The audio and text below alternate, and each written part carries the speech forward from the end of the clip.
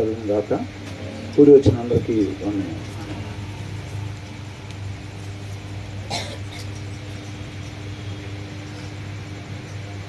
ఈ వారం సమృద్ధిగా వాక్యాన్ని ధ్యానించుకొని వచ్చారా?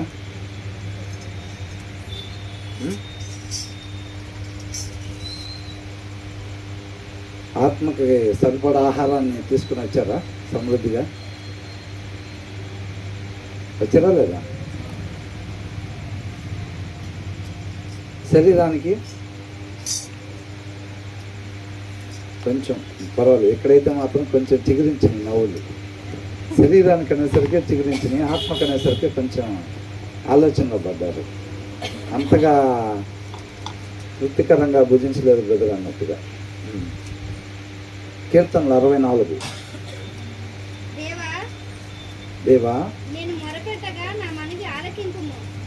మొరపెట్టగా నా మనవి ఆలకించుము. ఈ కీర్తన ఎవరిదండి?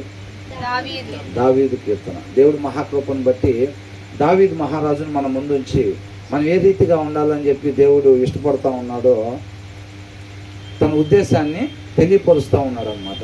అవునండి. నీతిమంతులు ఏ రీతిగా ఉండాలి, దుష్టులు దుర్మార్గులు ఏ రీతిగా ఉంటారు, వారికుండే లక్షణాలు ఎలా ఉంటాయి, వాళ్ళ ఆలోచన విధానం ఎలా ఉంటుంది. అవునా?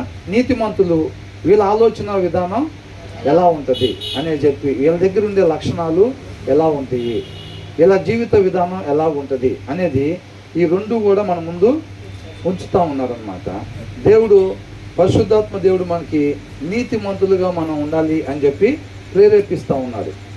ఒకవేళ మనలో ఒక దుర్మార్గుని యొక్క లక్షణాలు ఏమైనా కొన్ని కనిపిస్తున్నట్టయితే మనం ఏం చేయాలంట, వాటిని సరి చేసుకొని దేవుడు అంటున్నాడు ఇప్పుడు ఇటువైపు నీతిమంతుల లక్షణాలు అర్థమైంది, జీవిత విధానం, ఇటువైపు దుర్మార్గుని యొక్క లక్షణాలు, ఆ యొక్క జీవిత విధానం ఉంటే పరిశుద్ధాత్మ దేవుడు మనకేమంటున్నాడు, ఈ రీతిగా మాత్రమే నీతిమంతులుగా మాత్రమే మనం ఉండాలి. అలాగైతేనే మనం యుగ యుగాలు కలిసి ఉండేవారిగా ఉంటాము అని చెప్పి దేవుడు మనతో మాట్లాడుతూ ఉన్నాడు. అంతే కదండి. కాబట్టి మనకి గీత దాటి ఇటువైపు ఏమన్నా లక్షణాలు మనలో ఏమన్నా కనిపిస్తుంటే వాక్యం అద్దం లాంటిది కాబట్టి ఆ అద్దంలో మనకు చూసినప్పుడు వాటిని సరి చేసుకొని మనం కేవలం ఈ లైన్లో మాత్రమే, అంటే నీతిమంతుల విధానం మాత్రమే మనం జీవించేవారిగా ఉండాలి. అదే కదండి దేవుడు మనకు తెలియపరుస్తున్నాడు కదా. అవునా? అందుకని ఏమని చెప్తున్నారంటే ఈ కీర్తనలో వీటిలో రాసేటప్పుడు దుర్మార్గులు నన్ను వెంబడిస్తున్నారు, నాకు అపాయం కలిగి ఉంది, కొంచెం ఉంది అని రాసి విడిచిపెట్టకుండా వాళ్ళు ఎలాంటి ఆలోచనలు కలిగి ఉంటున్నారు, వాళ్ళు ఎలాంటి విధి విధానాలు కలిగి ఉంటున్నారు, వాళ్ళ జీవిత శైలి ఎలాగుంది అనేది వివరంగా ఎందుకు రాశారు? ఒక మాట చెప్పొచ్చు కదా, నా శత్రువులు నన్ను తరుముతున్నారు ప్రభు, వాళ్ళ నుంచి నన్ను విమోచించుము అని చెప్పి ఒక మాట చెప్పొచ్చు కదా. ఎందుకని? దావీదుని మరణానికి ఒక అడుగు దూరం వరకు దేవుడు నడిపించింది. అవునా? తన రాజ్య స్థాపన కొరకు ఈ కీర్తనలు తయారు చేయటానికే దావీదుని ఆ యొక్క గృహల వెమ్మటి, ఆ అడవుల వెమ్మటి, ఆ కొండల వెమ్మటి తిరిగేటట్టుగా దేవుడు చేశాడు. దాంట్లో నుంచి తన రాజ్య స్థాపనకి ఉపయోగపడి ఈ కీర్తనలు అనేక మంది కుటుంబాలని కట్టడానికి, మనసులు మార్చటానికి, అర్థమవుతుందండి, రక్షణలో కొనసాగటానికి ఈ కీర్తనలో ఉపయోగపడేటట్టుగా దేవుడు వీటిని తయారు చేశాడు అన్నమాట. ఇప్పుడు దృష్టిలో పెట్టుకుని దేవుడు అప్పుడే వాటిని వివరంగా రాపించటం జరిగింది. శత్రువులు నన్ను నశింపజేయాలని చెప్పి పొంచి ఉన్నారు, విమోచింపజేయమని ఒక్క మాటలో కాకుండా ఆ లక్షణాలు ఇవన్నీ రాయటం వల్లనే ఇవాళ మనం చక్కగా చూసి సరి చేసుకోగలుగుతున్నాం. అవునా కదా? అలా అన్నమాట. వాక్యం అర్థం లాంటిది కాబట్టి అర్థం దగ్గరికి వచ్చేటప్పుడు ఎలా రావాలి, ఏదన్నా సరి చేసుకోవాల్సింది ఆ అర్థం మనకు చూపించినప్పుడు సరి చేసుకోవాలి అనే ఉద్దేశం కలిగి అర్థం దగ్గరికి వెళ్ళాలి. ఇప్పుడు ఇక్కడికి వచ్చేటప్పుడు కూడా, సహవాసానికి వచ్చేటప్పుడు కూడా వాక్యం అనే అర్థంలో నుంచి దేవుడు ఏదైతే సరి చేసుకోమని చెప్పి చూపిస్తూ ఉన్నాడో దాన్ని సరి చేసుకోవటానికి మనం ఇష్టపడి ఈ ఫెలోషిప్ లోపలికి మనం రావాలి. అంతే తప్ప నామకార్థంగా మనం అక్కడికి పోతే, ఫెలోషిప్కి పోతే పుణ్యం వచ్చింది, 3 ఆరాధనలకు పోతే దేవుడు ఏదన్నా ఒక 3-4 తప్పులు చేసినా కానీ తీసేస్తాడు అనుకుంటా, అట్లాంటి ఏమీ ఉండవు. ఇక్కడికి వచ్చి వాక్యం వినకపోతే దాన్ని మనం అనుసరించలేం కాబట్టి ఇక్కడికి వచ్చి కేవలం మనం కూర్చొని వెళ్ళిపోతే పుణ్యమేమి వచ్చేది కాదు. ఈ ప్రదేశంలో ప్రత్యేకమైన ఏమంటారు దాన్ని, ఈ ప్రదేశంలో ప్రత్యేకత ఏమి ఉండదు. వాక్యమే జీవితాన్ని మార్చేది అనమాట. కాకపోతే ఇక్కడ వాక్యం దొరికిద్ది. అర్థమవుతుందండి? ఇప్పుడు సరుకుల కొట్లు ఏం దొరుకుతాయి? సరుకులు దొరుకుతాయి. ఇక్కడ ఏం దొరికిద్ది? దేవుని వాక్యం దొరికిద్ది. కాబట్టి దేవుడు దొరికేటప్పుడే మనం ఏం చేయాలంట? వెతకాలి. కాబట్టి దాన్ని చక్కగా తీసుకొని మనం మన జీవితాలని సరి చేసుకొని బుద్ధిగల కన్యకల్లాగా దేవుని కొరకు సిద్ధపాటు అయ్యి ఉండాలన్నమాట.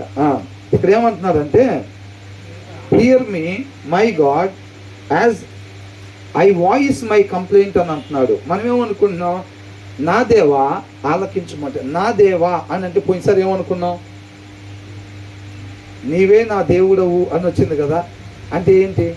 మనం ఒకరిని నీవే నా ప్రభుడవు, నీవే నా దేవుడవు అని మన నోటితో ఒప్పుకుంటున్నాము అని అంటే ఏంటి దాని అర్థం?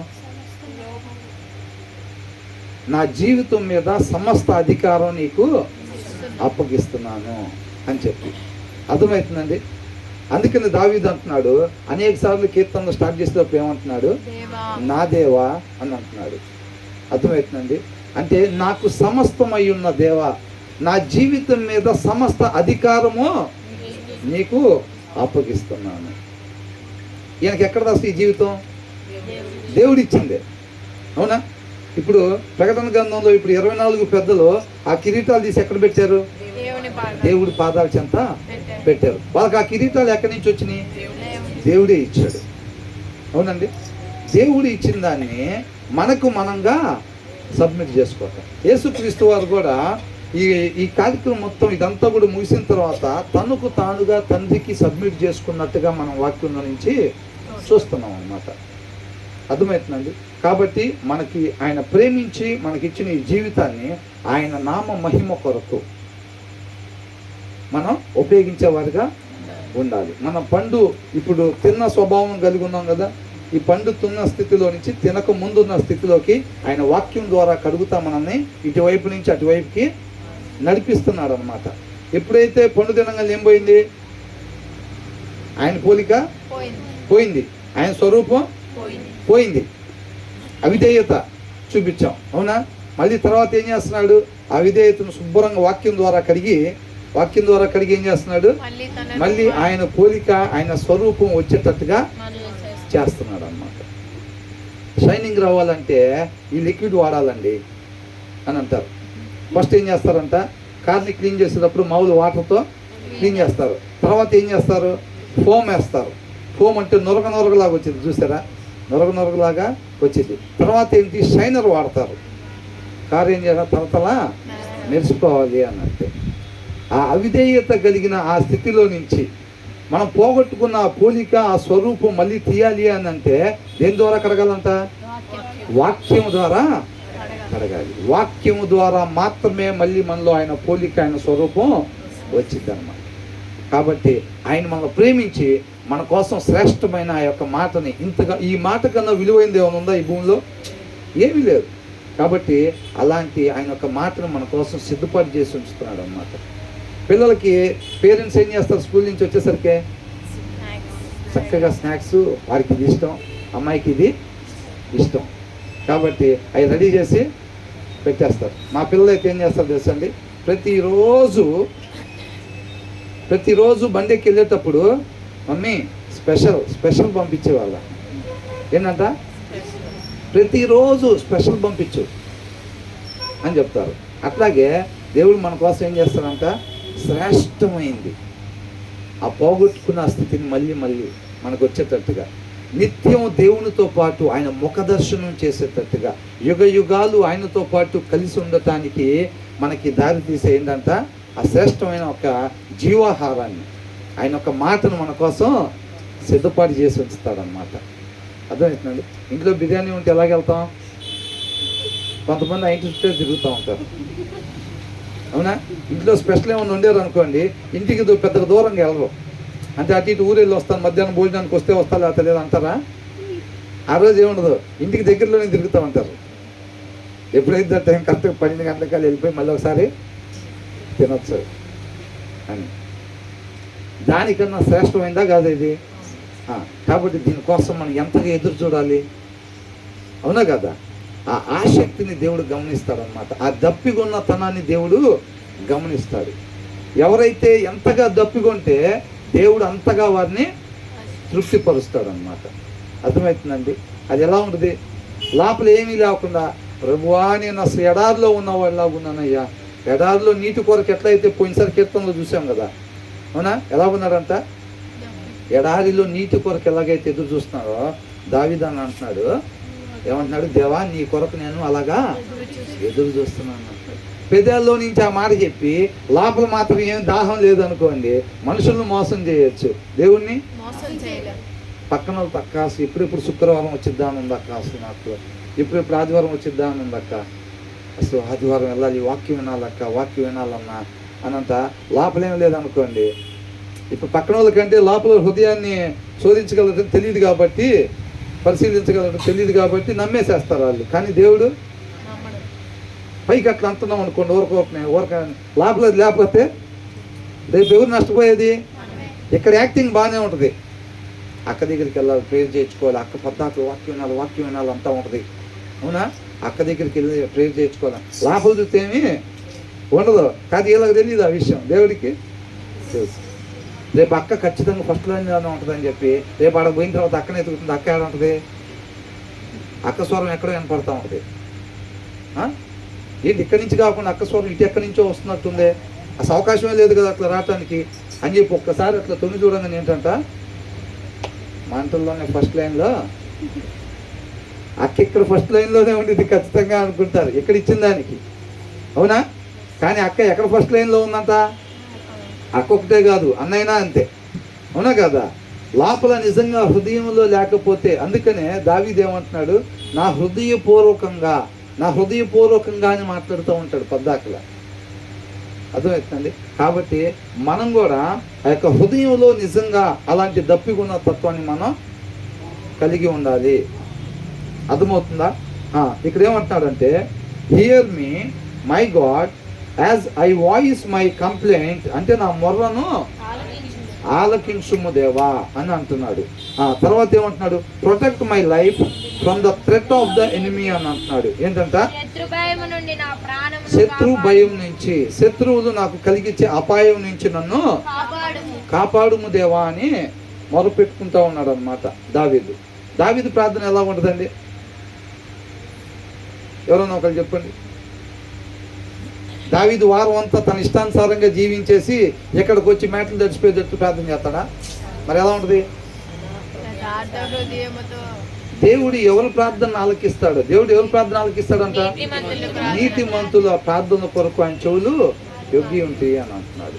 కాబట్టి ఆయన ప్రార్థనలో దేవుడు వినేటట్టుగా, నీతిమంతుడు అంటే వాక్యాన్ని అనుసరించేవాడు, ఆ వారం మొత్తం కూడా వాక్యాన్ని అనుసరించి వచ్చి ఆయన మాట ప్రకారంగానే జీవించి వచ్చి ఇక్కడ మోకరించి ప్రార్థన చేసేవాడిగా ఉంటాడనమాట దావీదు.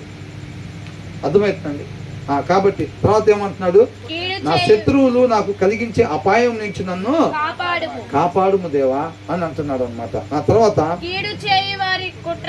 ఇంగ్లీష్ బైబిల్ చదవండి. Hide me from the conspiracy of the wicked అని అంటున్నాడు. Hide me from the conspiracy of the wicked. Wicked అంటే ఎవరు అనుకున్నాం?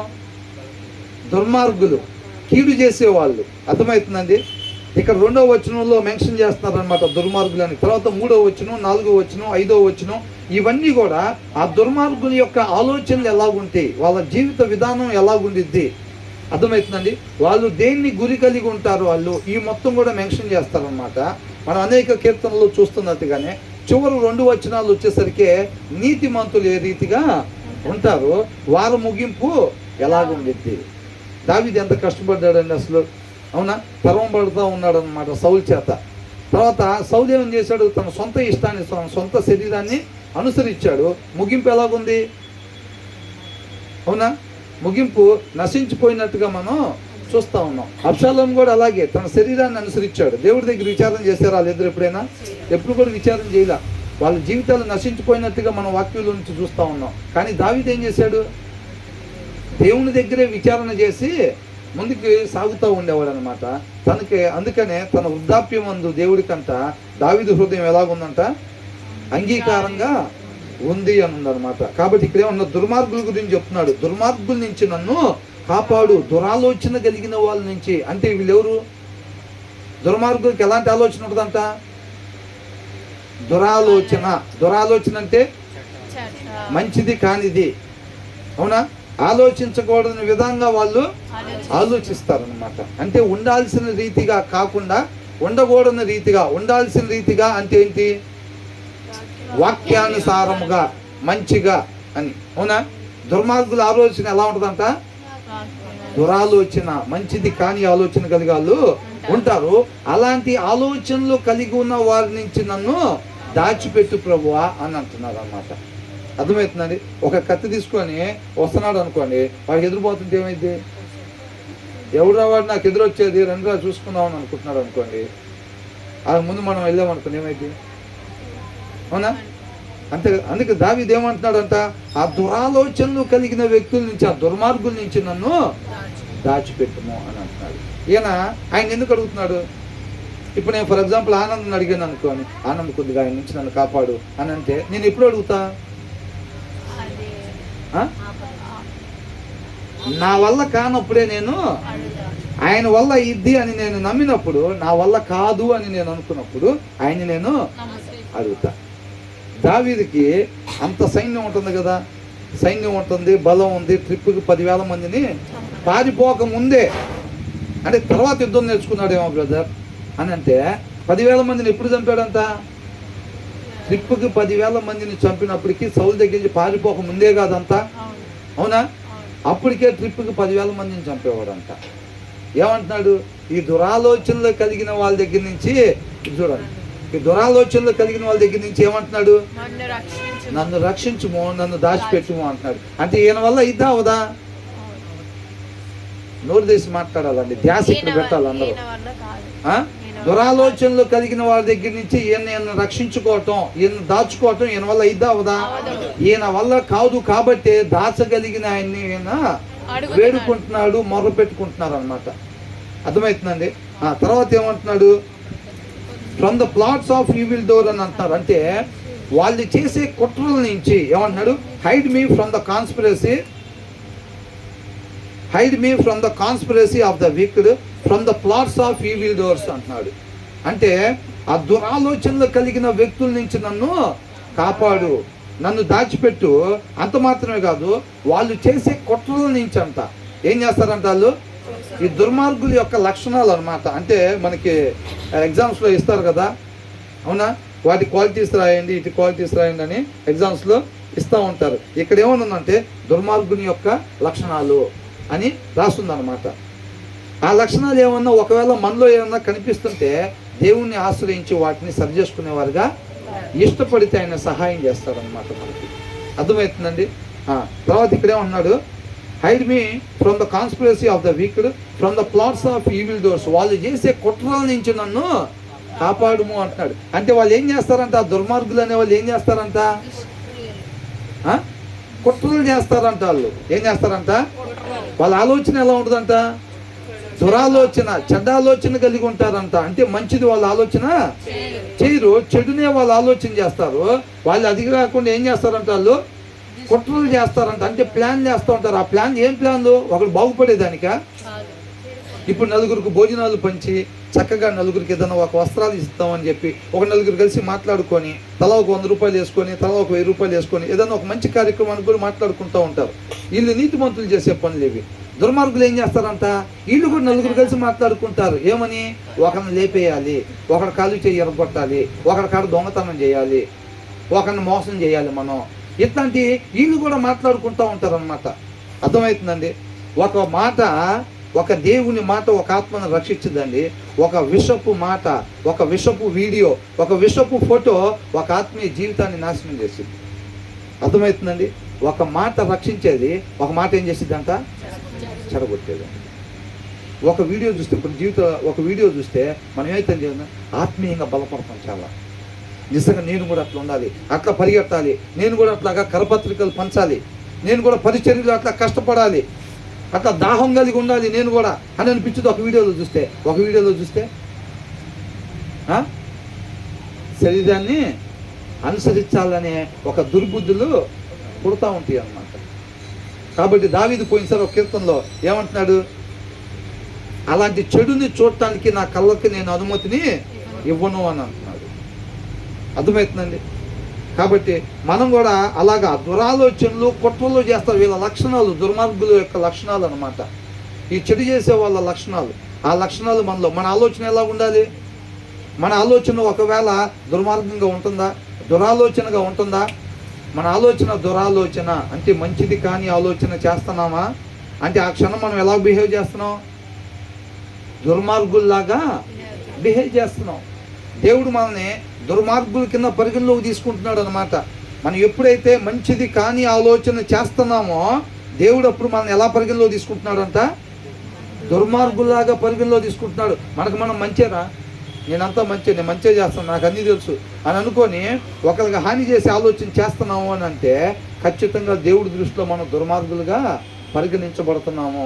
కుట్రలు చేస్తున్నామా, ఒకరి ఇంట్లో వెళ్ళేయాలని చూస్తున్నామా, ఒకరిని దూరం పెడదామని చూస్తున్నాం. దేవుడు ఏమంటున్నాడు? నిన్ను వల్లే నీ పొరుగు వారిని ప్రేమించమంటున్నాడు అండి. అందరికి నీ దగ్గరకు తీసుకోమంటున్నాడు. వాళ్ళు బాగోపోతే పరామర్శించమంటున్నాడు. నీకు చేతనైన సహాయం చేయమంటున్నాడు తప్ప దూరం పెట్టమని అంటున్నావా? 2-3 కలిసి ఒక వ్యక్తిని దూరం పెట్టే కుట్ర, అవునా కాదండి? వాళ్ళ దగ్గర నుంచి ఆస్తి మనం లాక్కునే కుట్ర. ఇవన్నీ ఎవరు? మనం చర్చిలకు పోవచ్చు కాక, పాటలు పాడచ్చు కాక, ప్రార్థన చేయొచ్చు కాక, ఇలాంటి పనులు చేస్తే మనం దేవుడి దృష్టిలో ఎలా పరిగణించబడతాం? దుర్మార్గుల్లాగా మనం పరిగణించబడతాం. నీ నోరు నా నోరు తెలిసి మేము నీతిమంతులం అని 4 సౌండ్ బాక్సులు పెట్టుకొని చెప్పించుకున్నంత మాత్రం నీతిమంతులు అయిపోతామా? అయిపోం.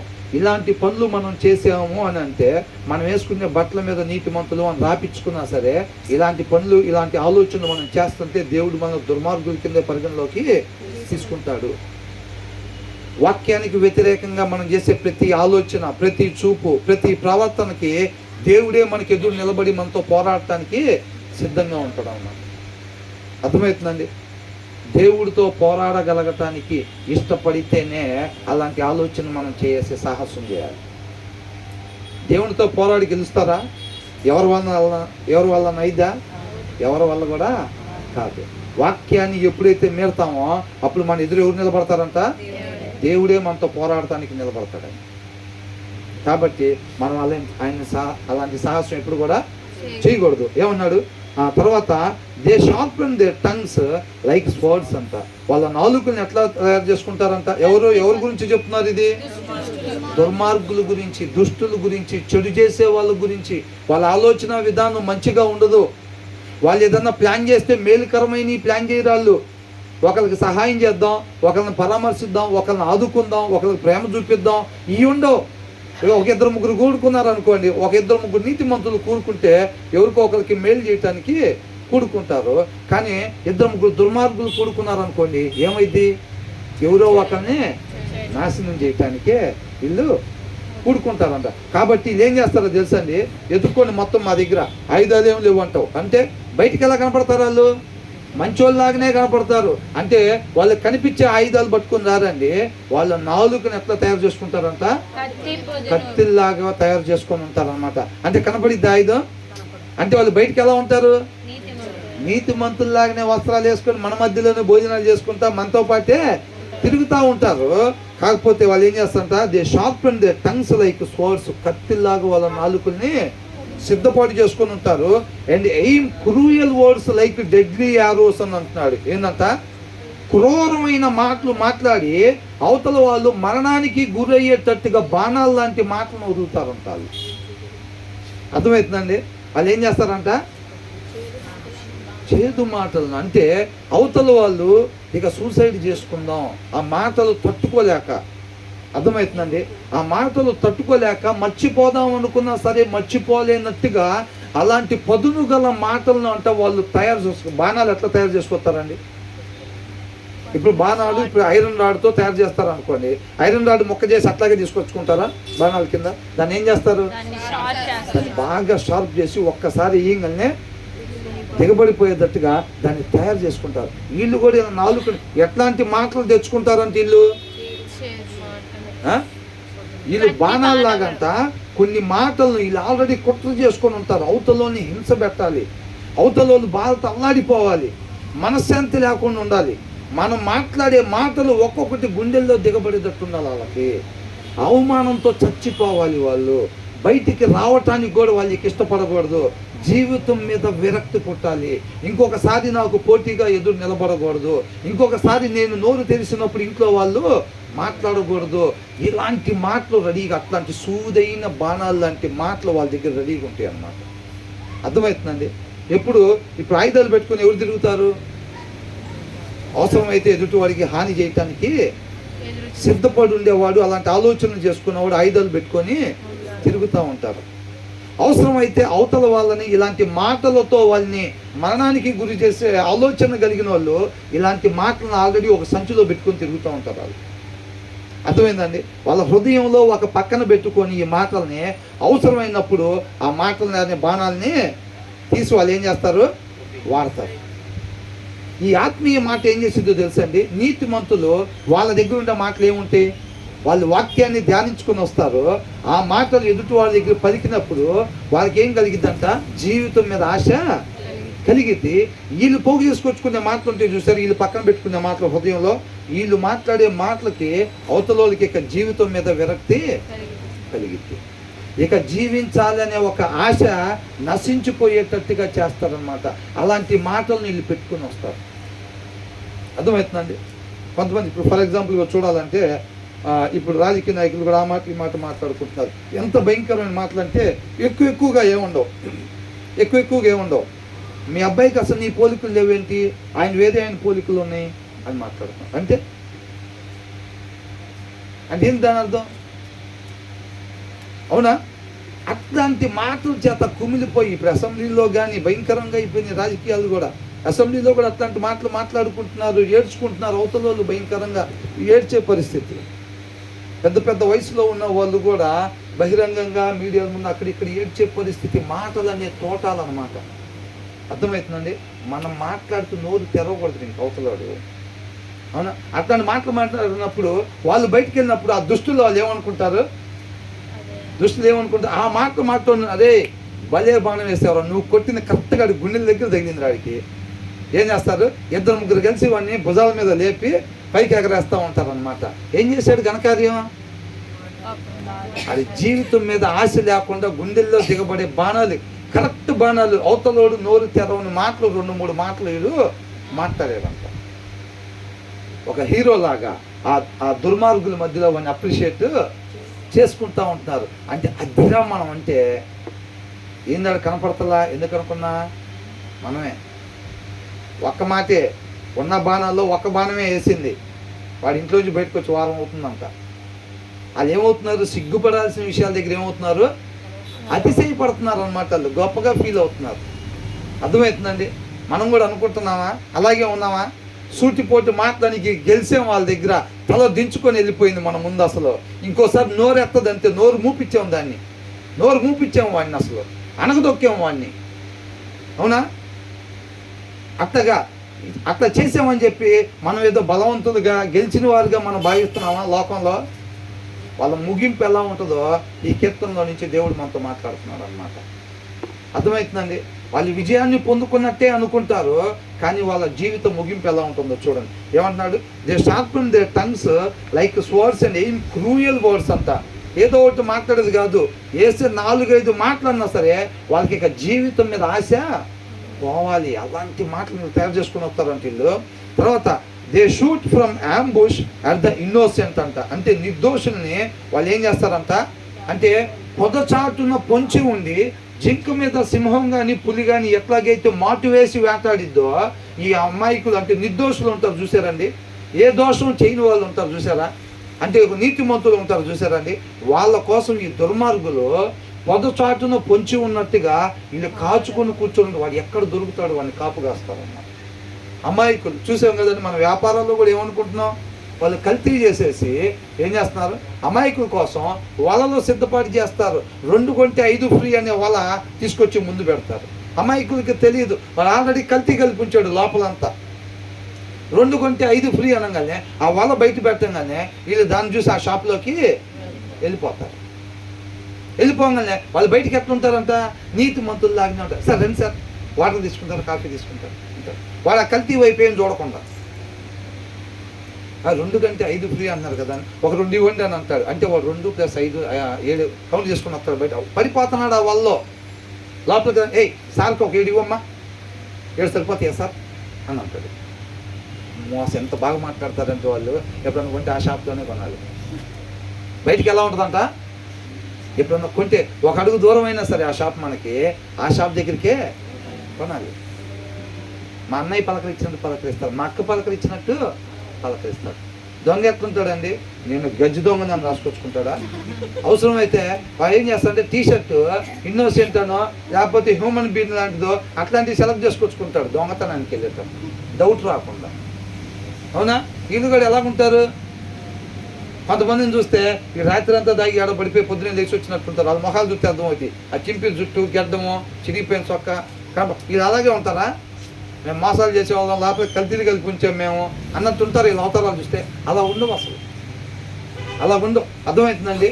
వలలో తయారు చేసి పెడతారు. వీళ్ళందుకు ఏమంటున్నారంట, పొద దగ్గర పొంచి ఉంటారనమాట. అంటే వల బయట పెట్టి లోపల కల్తీ చేసి ఇలా క్యాష్ కౌంటర్ కాడ కాసుకొని కూర్చొని ఉంటారు. అమాయకుడు ఎవడు వస్తాడు ఆ వలలో పడటానికి, కనపడని నెట్టు పెట్టి పక్షులను పడటానికి చూస్తారు. ట్యాప్కి ఒకసారి వచ్చి ఏం చేస్తూ ఉంటారు వాళ్ళు, పన్నీర్ ఏమన్నానే చూసుకుంటూ ఉంటారు. వీళ్ళు కూడా ఏం చేస్తూ ఉంటారు, క్యాష్ కౌంటర్ లోపల ఉంటుంది ఆ షాప్లో. ఎక్కడ ఉంటుంది, మెయిన్ ఎంట్రన్స్ దగ్గర నల్లది పెట్టుకొని ఆ బయట వచ్చేవాడు ఇలా కనపడతారు. లోపల కూర్చుని ఆయన వాళ్ళకి కనపడ్డు. ఆడ కూర్చొని అక్కడ వల పెట్టాం, ఇక్కడ కల్తీ చేసి పెట్టాం, ఏంటి ఎవడెవడు వచ్చి ఆ వల్ల పడుతున్నారని చెప్పి చూస్తూ ఉంటారు అన్నమాట. అర్థమవుతుందండి? దే షూట్ ఫ్రమ్ యాంబుష్ అంటే పొద చాటున పొంచి ఉండి సమయం చూసి అటాక్ చేస్తారనమాట. అర్థమవుతుంది? వాళ్ళు లోపలికి రాగానే ఆలోచించుకునేంత సమయం వీరు. అందుకని ఆలోచించుకునే సమయం ఇవ్వకుండా అడవుడు చేసి ఏం చేస్తారంటే, ఒక 7 ఇవ్వండి, క్యాష్ కార్డా సార్ అంటారు. ఎమ్మటే క్యాష్ కార్డు అంటే ఇది నాణ్యత గలదా లేదా అని చూసుకునే టైం ఈరాళ్ళు. పొద చాటును పొంచి ఉండి నిదానంగా ఇట్లా పక్కకు వచ్చి జింకను పట్టుకునిద్దా, ఎట్లా చేసిద్ది, పొద పక్కన ఇట్లుండి జింక ఇట్లా రాగానే నిదానంగా ఇట్లా పక్కకు వచ్చి మొత్తం ఇట్లాగా క్యాట్ వాక్ లాగా నడుచుకుంటూ వచ్చిద్దా, వచ్చింది. ఒక్కసారిగా సౌండ్ వచ్చినట్టుంది ఏంటి అని తిరిగి లోపల అప్పటికే మీద పడిపోతూ ఉంటుంది. అంతే వీళ్ళు కూడా అలా ఉంటారు అన్నమాట. ఎవడన్నా వలకెళ్ళి చూసి 2 కొంటే 5 ఫ్రీ అనే వలకెళ్ళి చూసి షాప్కి వెళ్ళి తిరిగాడంటే, కస్టమర్ వస్తున్నాడు రెడీగా ఉంది, ఆ స్టాక్ ఉన్నది ముందు పెట్టి, ఏంటంట స్టాక్ ఉన్నది ముందు పెట్టి. గులాబ్ జాములు అమ్ముతారు, అయిపోయిన స్టాక్ అయిపోయి పైన పెట్టి ఉంచుతారు. ఇంకొక రోజులు అయిపోతాయి అనేది దాని కింద, 2 రోజుల్లో అయిపోతాయి అనేది దాని కింద, 3 రోజులు అయిపోతాయి అనేది దాని కింద. మనం ఏం చేస్తాం, ఆ గులాబ్ జామున్ ఇంకేం కావాలి మేడం అంటే ఆ గులాబ్ జామున్ 2 ఇవ్వండి అనగానే వాడు వెంట తీసి ఆ పైన ఉన్నది తీసి 2 వేసేస్తాడు. అవి మధ్యాహ్నానికి ఎక్స్పైర్ అయిపోతాయి. ఇంకేం కావాలి మేడం అని అంటాడు. అన్నీ అంతే ఉంటాయి.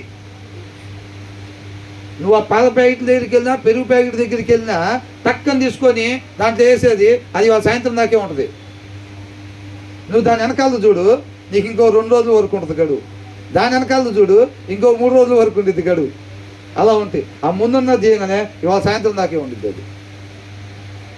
అవునా కాదండి? అలాగా అసలు వెయిట్ చేపించే టైం ఉండదు. అట్లా చేసి వాళ్ళు షార్ప్గా అటాక్ చేస్తారనమాట. వీళ్ళు ఎవరు, దుర్మార్గులు అనమాట. దుర్మార్గులకు ఉండే లక్షణాలు ఇవన్నీ కూడా. అర్థమవుతుందండి? తర్వాత ఏమంటున్నాడు, ambush at the innocent, they shoot suddenly without fear. మీరు ఎక్కడైనా చూడండి, ఒక బంగారు షాప్కి వెళ్ళారు, వాళ్ళు మిమ్మల్ని గమనిస్తూనే ఉంటాడు. మెయిన్ మేనేజరు, ఫ్లోర్ ఇన్ఛార్జ్, ఇప్పుడు అంతా గమనిస్తాను. ఒక వస్తువు చూసుకుని అంతా అయిపోయింది, ఇక డబ్బులు ఏంటి, మరి డబ్బులు కడదామా అనుకునేటప్పుడు అప్పుడు వస్తాడు టీ తీసుకున్నప్పుడు. అప్పుడు దాకా రాడు. నువ్వు అప్పుడు దాకా వెళ్ళి 40 నిమిషాలు అయింది. మీరు అన్ని సెలెక్ట్ చేస్తుంటారు. ఒకటి వచ్చింది, ఇక డబ్బులు కట్టే మూమెంట్ వచ్చేసింది, వాడు అమ్మితే టీ తీసుకున్నామని చెప్తాడు. వాడి పక్కన ట్రేలో 4 టీ కప్పులను, ఇది పక్కన 2 కూల్ డ్రింకులు లాంటివి పట్టుకొని వస్తాడు. Sir madam tea cool drink అని అంటాడు. మనం ఏం చేస్తాం, ఇక అవి తీసుకొని ఒకరి మొహం ఒకటి చూసుకొని తీరా డబ్బులు ఏమన్నా కడదామా లేదా అని ఆలోచన లేకుండా ఇక తీరా డబ్బులు ఆల్రెడీ జ్యూసులు టీ కప్పులు ఎవరికి ఇచ్చేది, కొనే వాళ్ళకేరా అనుకుంటాడు. వాడు ఆ టీ దాకా డబ్బులు తీసి అడగట్టి వస్తారు. ఆ 40 నిమిషాలు ఎందుకు ఇలా? అసలు మనం కొనేవాళ్ళవా, జస్ట్ ఊరకట్లా చూసిపోయే వాళ్ళం అయితే ఎందుకు ఇటు అని అనుకుంటారు. అర్థమవుతుందండి. తర్వాత ఏం చేస్తారంట, they shoot from ambush at the innocent, they shoot suddenly without fear అంట. అంటే అంబుష్ అంటే మాటు వేసి ఉంచడం, నిర్దోషిని ఏం చేస్తారంట, ఎలా చేస్తారంట, సడన్లీ అని అంటున్నాడు. అంటే ఇమ్మీడియట్గా అటాక్ చేస్తారనమాట, మోసం చేస్తారు. ఈ పోరాటం మొత్తం ఎలా ఉంటుందో తెలుసండి, లోకస్తులకి వాక్యానుసారం ఉండే వాళ్ళకే ఉండిద్ది పోరాటం. ఎప్పుడైనా ఈ లోకస్తులు ఏం చేస్తారంటే, ఈ లోకస్తుడు ఇంకొక లోకస్తుని మోసం చేయలేడు, తొందరగా మోసం చేయడు. వీడికి తెలుసు, వీడి ఆలోచనలు కూడా అట్లాగే ఉంటాయి కదా, వీడి ఆలోచనలు కూడా అట్లాగే ఉంటాయి కాబట్టి వీడు తొందరగా మోసపాడు. వీళ్ళు ఏం చేస్తారు, ఆత్మీయులు ఏం చేస్తారు, ఇలాంటి ఆటలు అనుభవం ఉండదు వీళ్ళకి, ఇలాంటి ఆటలు అనుభవం ఉండదు.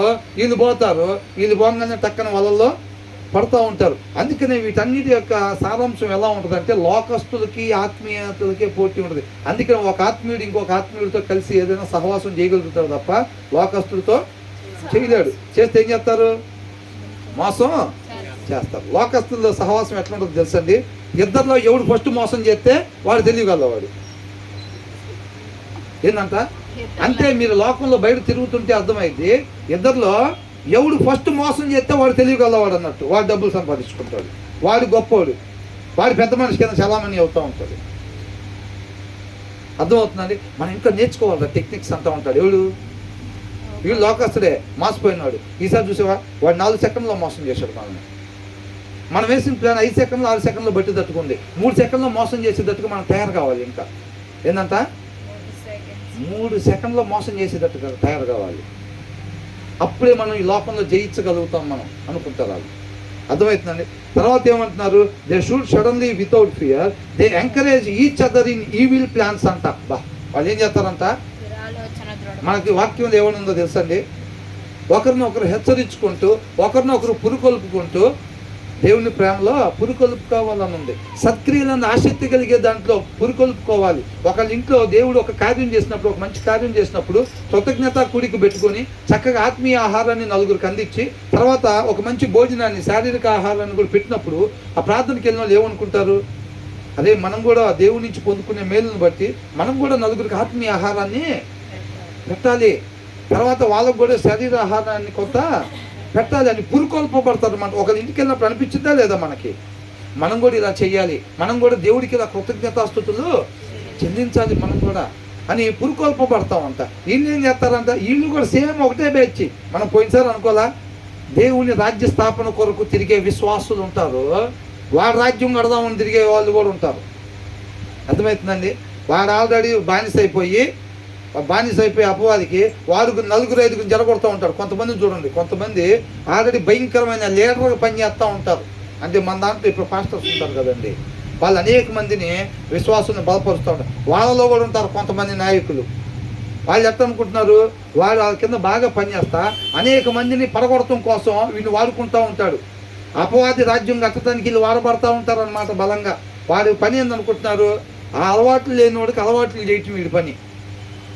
వీడికి ఒక వ్యసనం, ఇప్పుడు మందు తాగి అలవాటు ఉందనుకోండి, వీడు ఏం తాగని అలవాట్లు లేనివాడు ఉంటారు చూసారండి, వీడు వాడు సాహసం పట్టంగా ఏం చేస్తారు, ఏం కాదురా మంచి బలం వచ్చిందిరా, ఏంటంట మంచి బలం వచ్చింది, మంచి రంగు వచ్చింది, మంచి రుచి వచ్చింది, మంచి చిక్కదనం వచ్చింది అని చెప్పి వాడు 4-5 మాటలు చెప్పగానే వాడు ఏదో ఒక మాట కాడ ఇదవుతాడు. వాడి చిన్న నిదానంగా వాడికి అలవాటు చేసి వదిలిపెడతాడు. ఫస్ట్ 4 సార్లు ఈ డబ్బులు తిప్పిస్తాడు, తర్వాత వాడి డబ్బులతో వాడే తాగి వాడి బట్టలు ఆడే అంటించుకుంటూ ఉంటాడు. ఇంకా వాళ్ళ ఇల్లు వాళ్ళే శుభ్రంగా అగ్గిపూలు వెలిగించుకొని ఈ మూల మీద ఆ మూల మీద ఆ మూల మీద అంటించుకుంటూ ఉంటాడు. ఇంకా ఏం లేదు, అలవాటు చేయటం, వెళ్ళిపోతాం. మళ్ళీ ఇంకొకరికి ఈయన ఏం చేస్తున్నాడు, ఆ దుష్టుడి యొక్క రాజ్యాన్ని కడుతున్నాడు అనమాట. ఎక్కడికి పోయినా అవునా? ఒక నిజమైన విశ్వాసి, దేవునితో అంటుకట్టుబడిన విశ్వాసం ఏం చేస్తాడండి? ఆత్మల్ని కడతా ఉంటాడు అన్నమాట. ఎక్కడికి వెళ్ళినా కుటుంబాన్ని కడతా ఉంటాడు. వీడేం చేస్తాడు? ఆత్మల్ని ఆరుపుతూ ఉంటాడు నీట్గా. రెండు వైపులా పరిచర్య కొనసాగుతూ ఉండిద్ది. అదేమో దుర్మార్గమైన పరిచర్య, ఇదేమో నిత్య జీవానికి నడిపించే పరిచర్య. అవునా కాదా? అట్లా ఉండదు. కాబట్టి వీళ్ళు ఏం చేస్తారంట? They encourage each other in evil plans. ఒకళ్ళంతా పురుకొల్పుకుంటారంట, ఉత్సాహించుకుంటారంట, ధైర్యపరుచుకుంటారంట. మంచి పని చేయాలంటే ఏం చేయాలి? చేయాలన్నా అమ్మో రాత్రి 10 గంటలకు అయిందిగా ఫుట్పాత్ మీద వాళ్ళు పంచాలంటే ఏముందన్న, ఒక గంట సేపు నిద్ర కాదనుకుంటే, ఒక గంట సేపు నిద్ర ఆపుకుంటే మనం వెళ్ళి డిస్ట్రిబ్యూట్ చేసేయచ్చు అన్న అందరికి. పాపం మళ్ళీ కూడా ఆకలితో ఉంటారు. లేకపోతే రగ్గులు పంచుదాం, లేకపోతే పాత వస్త్రాలు ఏమంటే తీసుకొని తెద్దాం, సరైన వస్త్రాలు ఉండలేదు.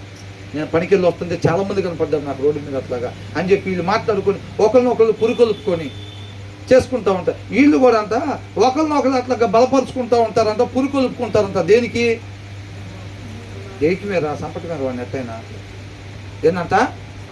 సంపటి మీద, ఆ మూల మీద. అరే నువ్వే కొద్దిగా ఎంతో జంకుతున్నావు, జంకబాకరా నాయన, 2 కోట్లు కొప్పుకున్నాం మనం. ఒకవాడికి ఎంత వస్తాయి అంత? నలుగురు ఉంటే 50 లక్షలు వస్తాయిరా ఒకవాడికి. ఏందిరా జంకుతున్నావు? ఎప్పుడు కొత్తరా నీకు అయ్యి? అద్దిద్దని పని ఏం చేస్తారు? అమ్మో నాకు భయం వేస్తుందా అని వాడి దగ్గర నుంచి సరే పదం అనేది చేస్తారు. ఏం చేస్తారు? సరే పదం అనేటట్టుగా. అవునా? ఈడు మోటివేట్ అయిపోయిన నిదానంగా ఫస్ట్ ఈడే వెళ్ళిపోతాడు. ఇంకా అట్లాగ అయిపోయి వాళ్ళు కూడా ఇవన్నీ ఎవరి లక్షణాలు చూపుతున్నారు? మనలో ఏమైనా ఉన్నాయేమో చూడండి, చెక్ చేసుకోండి అని అంటున్నాడు దేవుడు.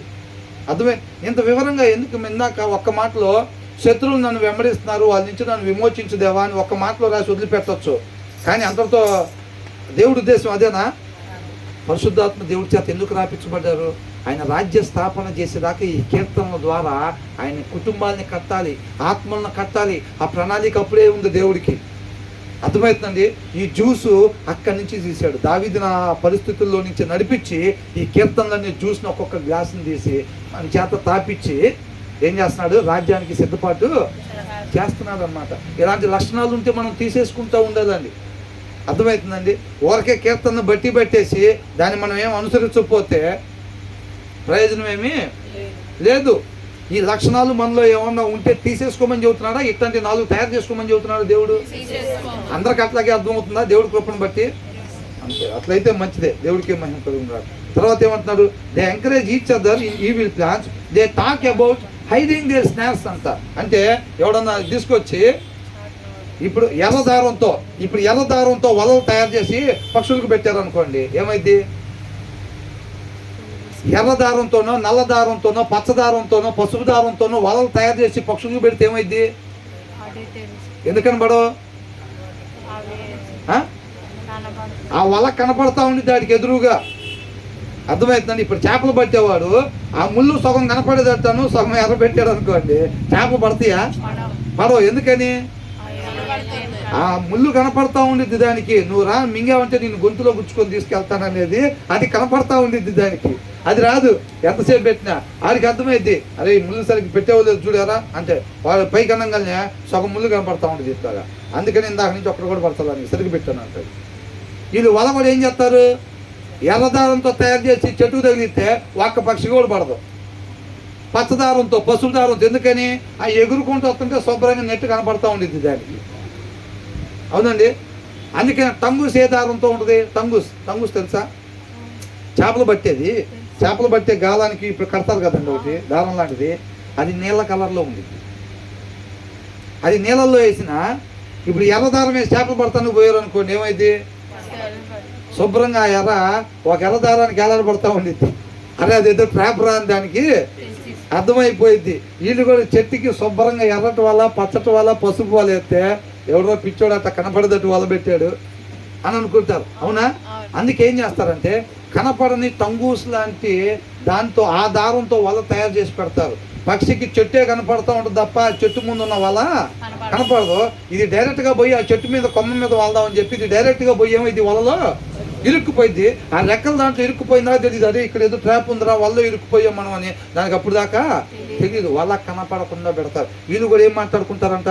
They talk about hiding their snacks అంట. అంటే వాటి వలలో కనపడకుండా ఎట్ట పెట్టాలా మనం? కస్టమర్లకి డౌట్ రాకుండా వాళ్ళ 2 కొంటే 5 ఫ్రీ, కల్తీ అనేది కనపడకుండా వాళ్ళు ఎట్లా సెట్ చేయాలి అని మాట్లాడుకుంటారంట వాళ్ళు. నీతిమంతులు ఏం మాట్లాడుకుంటారు? మనం ఎండాకాలం సెలవుల్లో పిల్లలకి చక్కగా నెలకు ఒక పుస్తకం కాడికి ఆ పుస్తకం మొత్తం చదివించేటట్టుగా ఏం చేస్తారంట? నెలకు ఒక పుస్తకం కాడికి చక్కగా చదివించేటట్టుగా కొత్త నిబంధన అంతా పిల్లల చేత చదివించాలి. లేకపోతే మనం కూడా ఇలా చదవాలి, చక్కగా నిదానంగా అర్థం చేసుకుంటే చక్కగా ఇలా నీతిమంతులు ఇట్లా ఒకరినొకరితో ఇట్లాగా అయిపోయిన ప్రేయర్ అయిపోయిన తర్వాత ఇలా మాట్లాడుకుంటే అంట అదే వాళ్ళెట్టు పెట్టాలంటే మనం అసలు అది కనపడకూడదు. వాడిని మనం పడగొట్టాలంటే, అమాయకుడిని మనం మోసం చేయాలంటే వాడికి డౌట్ రాకుండా మనం ఎట్లా మాట్లాడాలి, డౌట్ రాకుండా మనం ఎలా డ్రెస్సింగ్ చేసుకోవాలి, డౌట్ రాకుండా వాతావరణం మన ప్రవర్తన ఎట్లా ఉండాలి. సార్ రండి సార్, ఏం కావాలి సార్? ఏంటంట వాళ్ళ ఆ విధేయత ఏంటంట? నిజంగా అట్లా ఉండేవాడైతే కల్తీ కలుపుతాడా? 2 డబ్బాలు 2 లీటర్లు 5 లీటర్లు కల్తీ కలిపాడంటే అవునా? ఎలా ఉంటాడు? సార్ రండి సార్, ఏం కావాలి సార్ అంటే ఏంటిది? ఈ ప్రవర్తన ఏంటి? వాళ్ళ సార్ రండి సార్, మన దగ్గర ఏముండదు, వారానికి పనికి పోయి వచ్చేవాళ్ళం. ఈయన ఆల్రెడీ పెద్ద కోటలో ఉంటాడు, పెద్ద డూప్లెక్స్ బిల్డింగ్లో ఉంటాడు. ఈయన మనం ఏమనిపిస్తున్నాడు? సార్ రండి సార్, మేడం గారు రండి. ఆయనకు ఆల్రెడీ లోపల తెలుసు వీళ్ళ అక్కడ గట్టిగా నేను ₹1,00,000 కూడా ఉండవు ఇల్లు మొత్తం అని. మనం చూసినప్పుడే అర్థమైపోయింది ఆయనకి. మనం వేసుకొచ్చిన షర్టు క్వాలిటీ, మనం వేసుకొచ్చే ప్యాంటు క్వాలిటీ, మనం వేసుకొచ్చే చెప్పులు మొత్తం విధి విధానాన్ని వాళ్ళకి చూడగానే అర్థమైపోయింది. ₹1,00,000 ఎట్లాంటిది వాడతాడు, ఎలాంటి షర్ట్ వేస్తాడు, ఎలాంటి వాచ్ పెడతాడు, ఎలాంటి ప్యాంట్ వేస్తాడు, ఎలాంటి చెప్పులు వేస్తాడు, వాళ్ళకి తెలియకుండా వ్యాపారాలు చేయలేరు. అయినా సరే ఏమంటాడు? సార్ రండి సార్ అంటే ఆ మాట వాళ్ళ కనపడకుండా వాళ్ళ ఎలాగేయాలి ప్రవర్తన, డౌట్ రాకుండా మనం కలిపేవాడిని అనేది నా ప్రవర్తనలో ఎక్కడా కనపడకుండా ఎలా వాళ్ళ సెట్ చేయాలి. బయట బ్యానర్ మీద రాపిచ్చే దాంట్లో డౌట్ ఏమీ రాకుండా వలలో పడేటట్టుగా ఏమీ రాపించాలి. ఇవన్నీ వలలు అన్నమాట. ఎక్కడ కూడా ఆ బయట దాంట్లో డౌట్ రాకూడదు, ప్రవర్తనలో డౌట్ రాకూడదు, మాటలో డౌట్ రాకూడదు. ఏ వల కూడా కనపడకుండా పెట్టాలి అన్నమాట వల. వీళ్ళు అట్లా మాట్లాడుకుంటారంట వీళ్ళు. అంటే వేసేటప్పుడు ఇప్పుడు ఒక ఆయన వస్తున్నాడు, ఒక ఆయన చంపాలంటే 4 కత్తులు పట్టుకుని ఎదురు నిలబడతారా? ఎట్టుంటారు? వాళ్ళిద్దరు మాట్లాడుకున్నట్టుగా వీళ్ళిద్దరు మాట్లాడుకున్నట్టుగా ఉంటాయి. ఆయుధాలు ఆల్రెడీ వాళ్ళ దగ్గర లోపల రెడీగా ఉంటాయి. అంటే వీళ్ళు ఏం చేస్తున్నారు? వాళ్ళ కనపడకుండా సెట్ చేస్తారు. వీళ్ళు మాట్లాడుకున్నట్టు వాళ్ళ దగ్గరికి వచ్చే లేదో గమనిస్తూ ఉంటారు. దగ్గరికి రాగానే అమాంతంగా 4 ఏం చేస్తారు? వీళ్ళిద్దరు కలిసి దాడి చేసి చంపేసేస్తారు అంతే. అవునా? అంతేదో బెదురుగా కత్తులు తీసుకొని నిలబడి ఉంటారా? అదే నేను చంపుతాను కానీ వస్తున్నాం మేము అంటారా? అట్లా ఎవరు ఒకవేళ అట్లా ఎదురు పట్టుకొని నిలబడితే ఏం చేస్తారు? అటు నుంచి అటు పారిపోతాడు. కాబట్టి వీళ్ళు ఏం చేస్తారంటే అమాయకుల్ని పట్టడానికంట ఎలాగా మనం వాళ్ళని దాడి చేసి వాళ్ళని నశింపజేయాలి, అణిచివేయాలి. నిస్సహాయకుల్ని దావీదు ఎవరి గురించి ప్రార్థన చేశాడు? నిస్సహాయకుల గురించి, తండ్రి లేని వారి గురించి, భర్త లేని వారి గురించి, వాళ్ళకు తోడుగా ఉండి ప్రభు అని అంటున్నాడు. అవునా? అట్లాంటి వాళ్ళ కోసం వీళ్ళు ఎదురు చూస్తూ ఉంటారు, పడగొట్టడానికి, మోసం చేసి వీళ్ళు డెవలప్ కావటానికి. అర్థమవుతుందండి? ఆ వలలు కనపడకుండా పెట్టడం దాని గురించి అంట వీళ్ళు డిస్కషన్ చేసుకుంటారు. ఒకళ్ళు పురుకొలుపుకుంటారంట, మోసం చేయడానికి డిస్కషన్ చేసుకుంటారంట. They say who will see it అని అంట. వలబెట్టి ఏమనుకుంటాడు పెట్టినాడు? అసలు ఏ పక్షికి కూడా కనపడదా ఇది అనుకో. ఫైనల్కి ఇంకా వాళ్ళు ఎక్కడ పెట్టేసి వెళ్ళిపోయేటప్పుడు ఏమనుకుంటాడు? ఒకసారి దాన్ని చూసి నోరు దేశం మాట్లాడాలి. ఏమనుకుంటాడు? ఇప్పుడు ఆ వల పెట్టాడు, తంగూసు కనపడని దారంతో వల తయారు చేసి చివరకు సెట్ చేసి వెళ్ళేటప్పుడు ఏమనుకుంటాడు? ఊరికి కనపడతారు వాళ్ళు, ఇది ఖచ్చితంగా పెట్టలో పడతాయి అంతే. ఎలా కరెక్ట్గా సెట్ చేసినాడు ఏమనుకుంటాడు? ఖచ్చితంగా చేపడిద్దరు, ఇది ముళ్ళు అసలు కనపడదు అనుకుంటాడు. అవునా? వీళ్ళు అనుకుంటారంట హూ విల్ సీ ఇట్ అని అనుకుంటారంట. ఎవరు తెలిసిందిరా? ప్రవర్తన ప్రిపేర్ అయ్యొచ్చా? మేడం రండి, సార్ రండి మేడం అని మొత్తం ప్రిపేర్ అయ్యొచ్చా? ఇక ఎవరు పట్టుకుంటాడు, మనం ఎవరు పట్టుకోలేడని వీళ్ళు మాట్లాడుకుంటారంట. అట్లాగా వీళ్ళు మాట్లాడుకొని ఇక మొత్తం ప్రోగ్రామ్ సెట్ అయింది, ఇక రమ్మని చెప్తారు. తర్వాత ఏమంటారంట?